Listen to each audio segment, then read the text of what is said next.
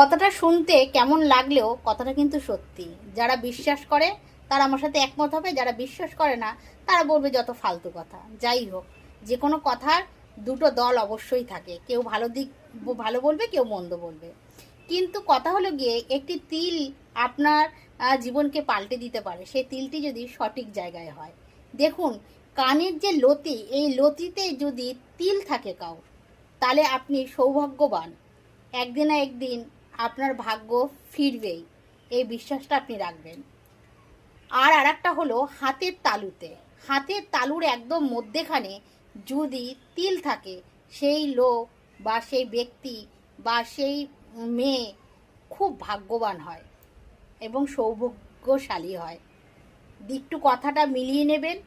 যাদের হাতে আছে বা কানে আছে তারা একটুখানি পরখ করলেই বুঝতে পারবেন কথাটা কতটা সত্য।